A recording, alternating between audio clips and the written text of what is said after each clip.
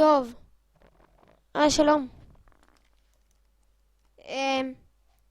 אז כן, חיקוי,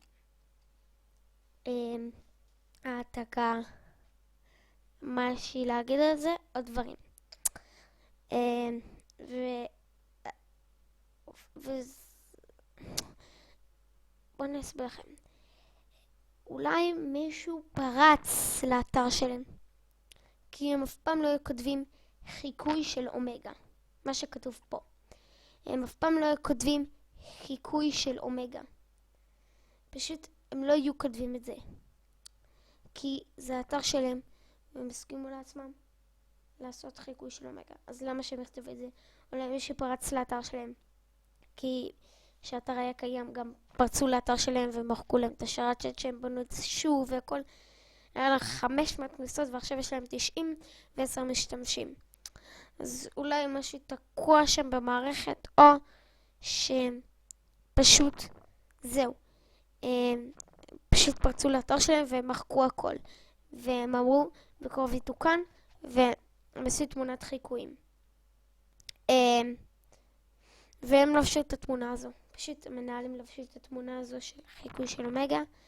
אז זה קצת מוזר. ומה שלי להגיד עוד על זה, פשוט מי פרץ? 2 אנשים.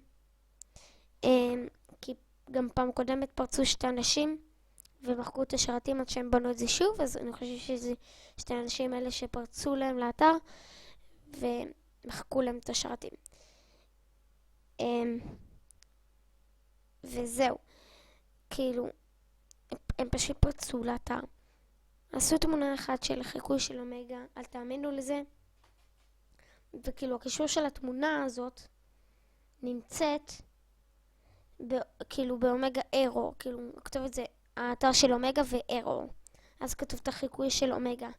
אני לא יודע מה נסגר, אולי זה פשוט תקיעה במערכת עיר האתרים, אולי זה פשוט תקיעה בכל האינטרנט, או שזה פשוט הקרן שפרצו גם לאתר אומגה אמיתי וגם לאתר אומגה מזויף, או שזה אני, או שזה הבאגים, ואני לא יודע, אולי לאגים, פשוט אני לא יודע מה זה, אז בבקשה, די.